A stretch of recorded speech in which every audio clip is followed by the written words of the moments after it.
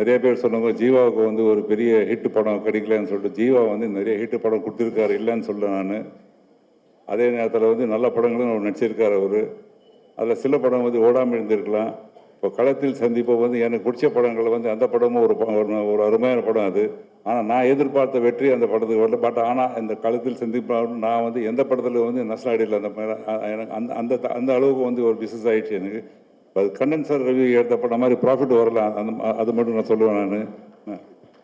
So அதாவது முக்கியமாக சொல்லணுன்னா கண்ணன் ரவி சார் தான் நான் நன்றி சொல்லணும். கண்ணன் ரவி சாரை பற்றி சொல்லணுன்னா நம்ம சதீஷ் வந்து எல்லாமே சொல்லிட்டாரு. திருப்பி நான் சொல்ல டைம் வேஸ்ட் பண்ணது விரும்பல நான். ஜீவாவை பற்றி சொல்லணுன்னா ஜீவா வந்து ஏதாவது ஆக்சுவலி நான் வந்திருக்க மாட்டேன். பட் ஜீவா எனக்கு ஒரு ஆசை காமிச்சார். இன்னைக்கு வந்து எனக்கு புது BMW வாங்கி கொடுத்துருக்காரு அவர்.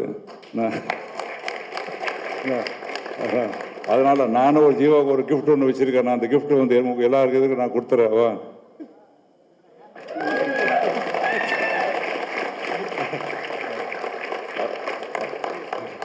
அதில் முக்கியமாக ரொம்ப சந்தோஷப்படுறது வந்து என்னை விட வந்து இவங்க ஜீவம் அம்மா தான் ரொம்ப சந்தோஷப்படுறாங்க. அவருடைய இந்த வெற்றிக்கு வந்து அவங்க தான் ரொம்ப சந்தோஷப்படுறாங்க.